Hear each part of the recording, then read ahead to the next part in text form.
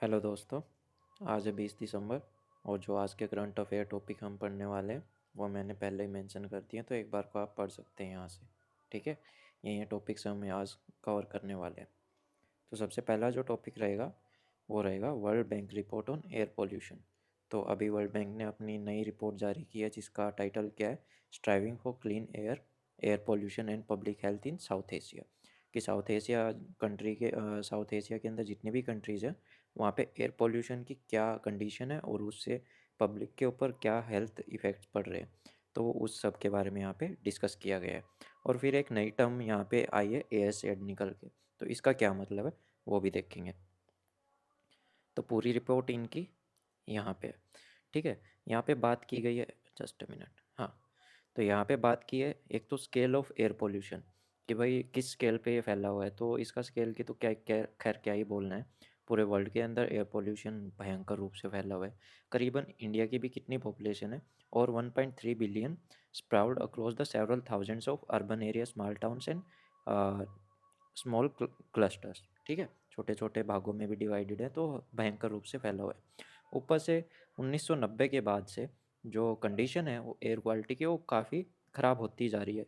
करीबन unhealthy level जो PM2.5 है वहाँ पे मेंटेन रहती है, इवन उससे भी ज़्यादा चली जाती है। और इसकी वजह से ना HIV, एड्स और मलेरिया और ट्यूबरकुलोसिस से लोग इतने कंबाइन, अगर इन बीमारियों की जो डेथ को हम मिला देना तो उससे इतने लोग नहीं मरे होंगे जितने ज़्यादा किससे मर गए, एयर पोल्यूशन से मर गए। अब यहाँ पे बात करते हैं मल्टी सेक्टोरल नेचर, कि भाई इसमें किस किस सेक्टर का क्या क्या योगदान रहा है। तो हर एक सेक्टर की वजह से एयर पोल्यूशन फैलता है, चाहे वो इलेक्ट्रिसिटी डिपार्टमेंट हो, है ना, इलेक्ट्रिसिटी जनरेट करते हैं तो वहाँ पे भी एयर पोल्यूशन फैलता है। ऊपर से ट्रांसपोर्ट की वजह से, एग्रीकल्चर के अंदर भी जो पराली वगैरह जलाते हैं उससे भी एयर पोल्यूशन होता है। इंडस्ट्रीज़ के धुएँ धुएँ से, रेजिडेंशियल सेक्टर के अंदर भी क्या है ना, हम घर पे जो भी आग वाग जलाते हैं उसकी वजह से भी पोल्यूशन फैलता है। तो इसके काफ़ी सोर्सेज हैं एयर पोल्यूशन फैलने के। अब बात करते हैं ट्रांस बाउंड्री की।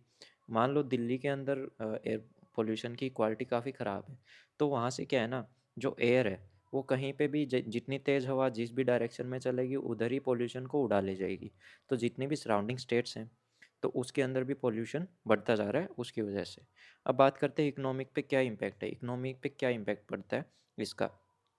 अगर लंबे समय तक हम PM2.5 के एक्सपोजर में आ जाएँ, ठीक है, पॉल्यूटेड एयर के एक्सपोजर में हम ज़्यादा समय के अंदर रहेंगे, कई सालों के अंदर रहेंगे, तो उससे क्या है ना, जो हमारी हेल्थ है वो काफ़ी ख़राब होनी स्टार्ट हो जाएगी। इवन जो हमारे शायद हम नॉर्मल ज़िंदगी में जितने साल जीने वाले थे उससे भी कई गुना, मतलब उससे कई ज़्यादा साल हमारे घट जाएंगे, हमारी जो लाइफ स्पैन है वो भी घट जाएगा। ठीक है, किस वजह से, पोल्यूशन की वजह से। और उससे देखो, अगर ज़्यादा कम हम जिएंगे तो कम काम कर पाएंगे, उससे कम देश का भला होगा, तो GDP पे भी काफ़ी फ़र्क पड़ेगा। करीबन करीबन एयर पोल्यूशन की वजह से जो लॉस हुआ है वो कितना हुआ है, 5.9% हुआ है GDP का, इतना डिफरेंस है। अब बात करते हैं नेशनल जो क्लीन एयर गोल्स हैं, ठीक है ना। तो कौन सी मिनिस्ट्री के द्वारा ये चलाए गए हैं, तो उनके बारे में थोड़ा सा देख लेते हैं। तो पहला तो ministry of environment, forest and climate change के द्वारा। सेकंड जो ministry of health and family welfare. फिर जो थर्ड है CPCB यानी कि सेंट्रल पोल्यूशन कंट्रोल बोर्ड। इनके द्वारा जो अपने अपने प्रोग्राम्स है वो चलाए गए हैं।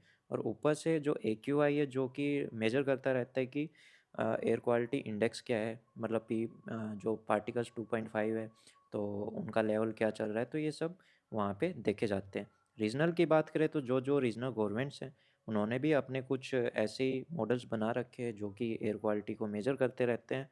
और ऊपर से उनको रोकने का भी प्रयास चलता रहता है, गवर्नमेंट के कुछ अपने प्रोग्राम्स चलते रहते हैं, जैसे कि एक नेशनल क्लीन एयर प्रोग्राम हो गया, है ना।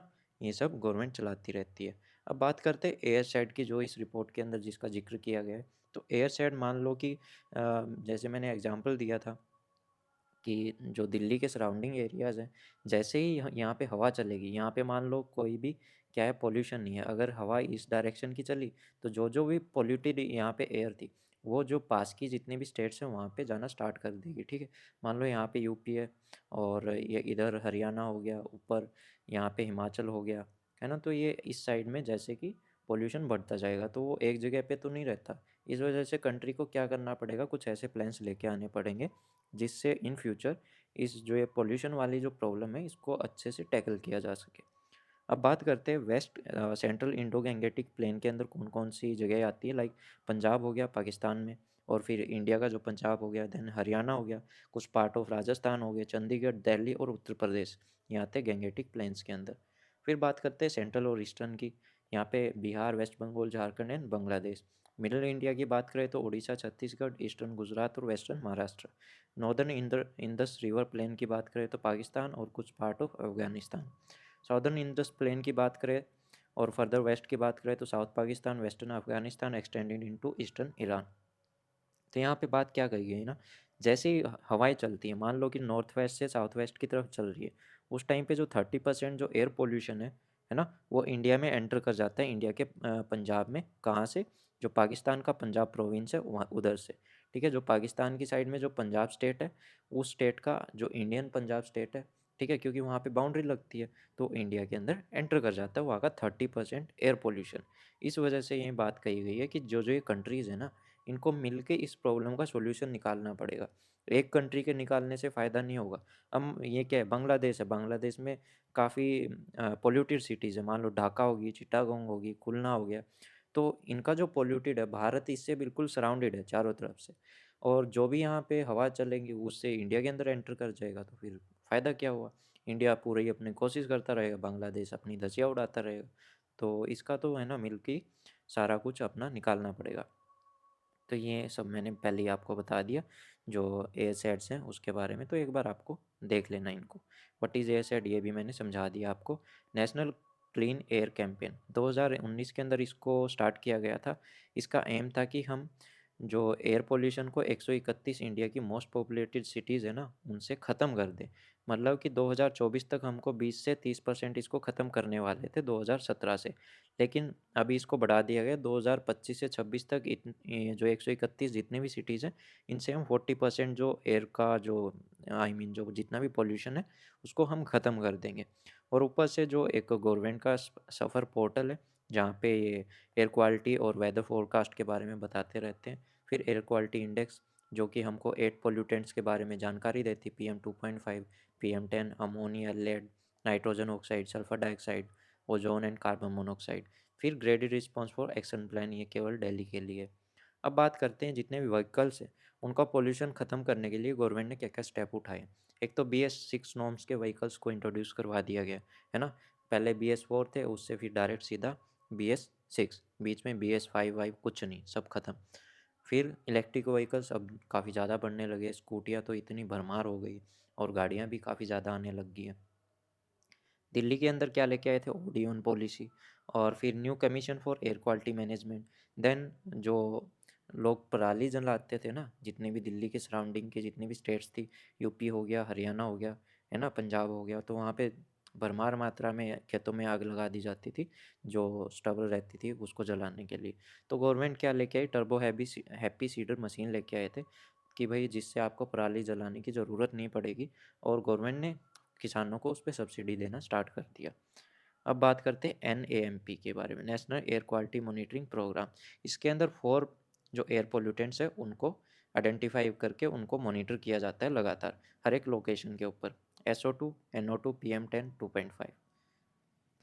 नेक्स्ट टॉपिक जो हमारा है, प्रधानमंत्री विरासत का संवर्धन स्कीम, है ना।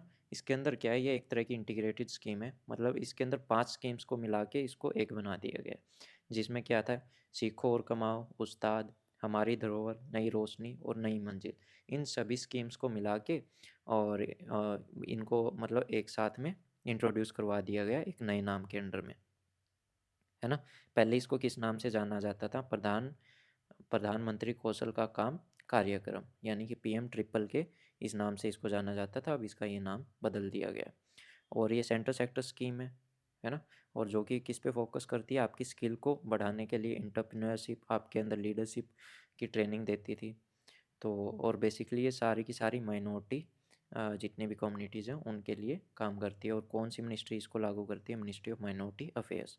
तो यहाँ पे ही आप देख सकते हैं, जो मिनिस्ट्री ऑफ माइनॉरिटी अफेयर है, तो सीधी सी बात है, ये सारी की सारी स्कीम्स किसके लिए होंगी, माइनॉरिटी कम्युनिटीज़ के लिए।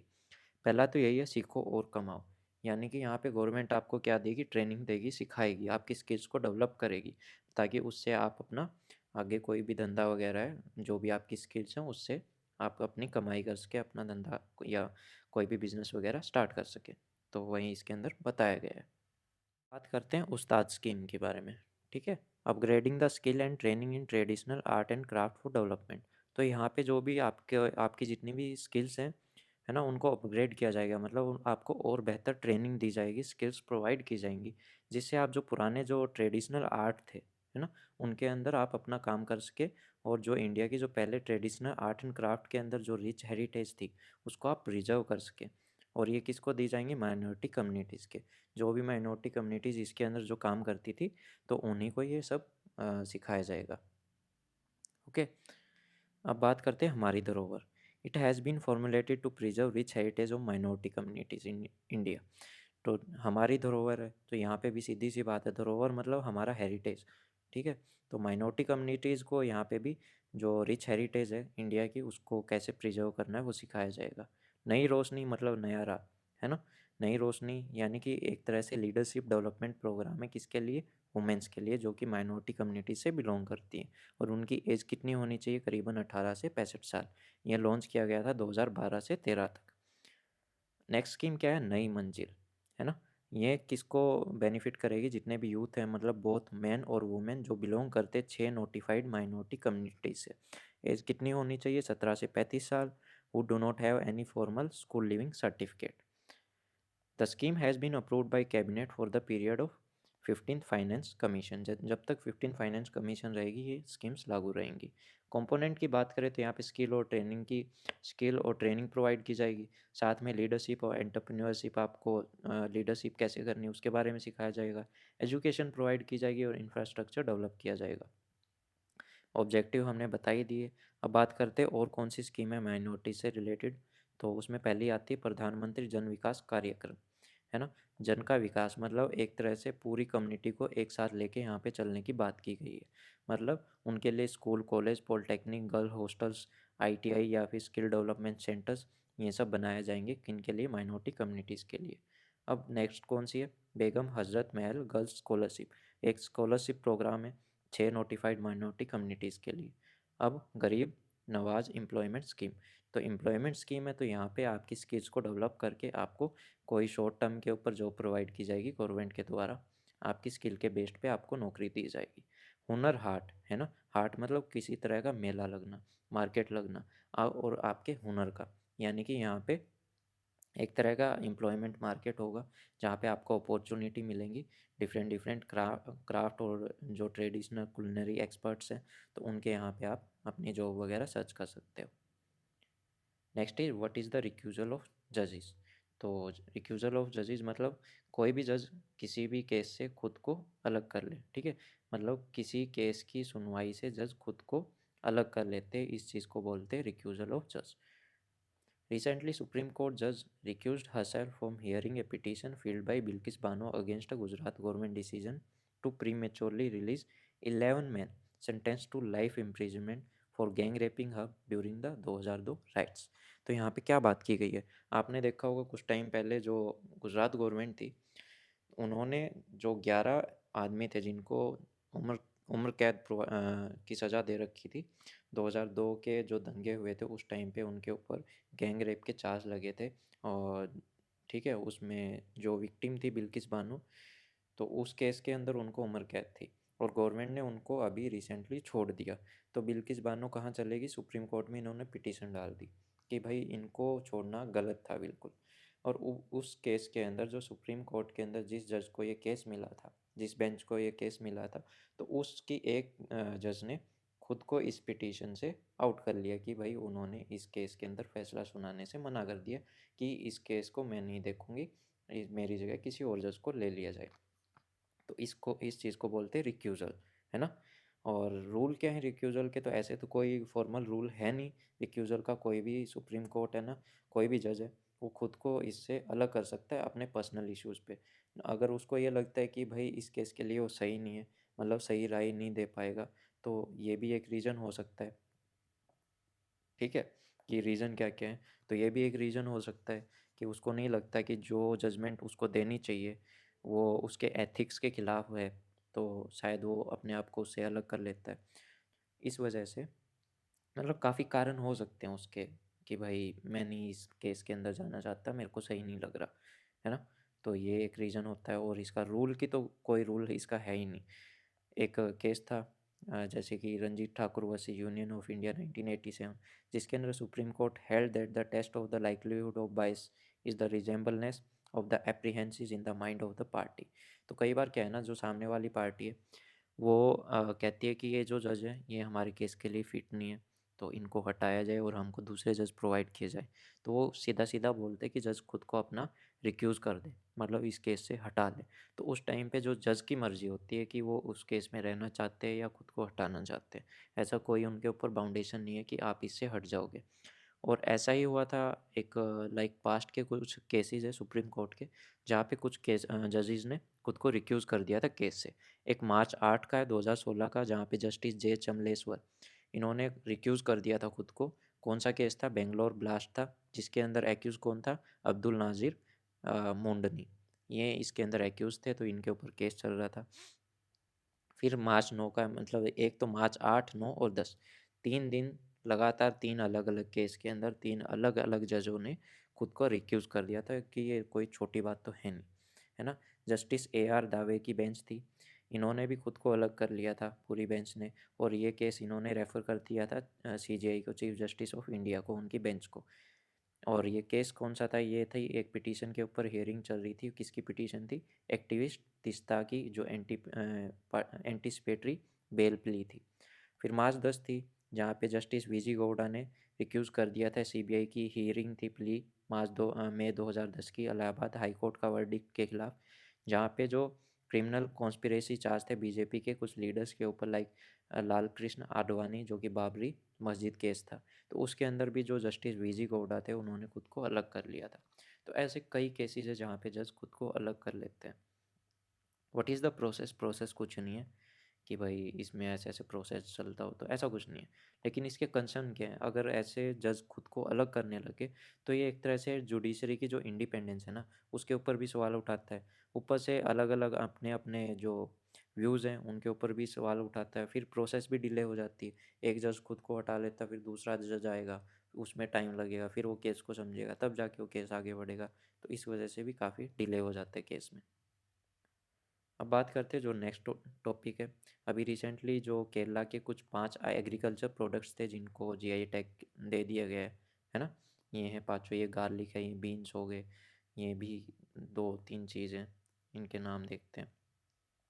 पहला तो बीन्स हो गया, है ना? रेड ग्राम, सेसमी, गार्लिक और स्नैप मेलन। तो इन पाँचों को क्या दे दिया गया? जीआई टैग दे दिया गया है। और पहले ही यहाँ की करीबन, अब टोटल कितनी होगी? केरला की 17 ऐसी चीज़ें हैं, प्रोडक्ट्स हैं जिनको जीआई टैग मिला हुआ है। तो इनके बेनिफिट्स आप एक बार को देख लेना, इनके नाम थोड़े से अजीब हैं तो मेरे से तो बोले भी नहीं जाएंगे, एक बार को पढ़ लेना आप। सो ये थी आज की class. Thank you, have a nice day. Class अच्छी लगी हो तो प्लीज़ वीडियो को लाइक कीजिएगा, शेयर कीजिएगा, चैनल को सब्सक्राइब कीजिएगा। सो मिलते हैं अगली क्लास में, और इस क्लास की पीडीएफ आपको टेलीग्राम पेज पे मिल जाएगी। So thank you, have a nice day.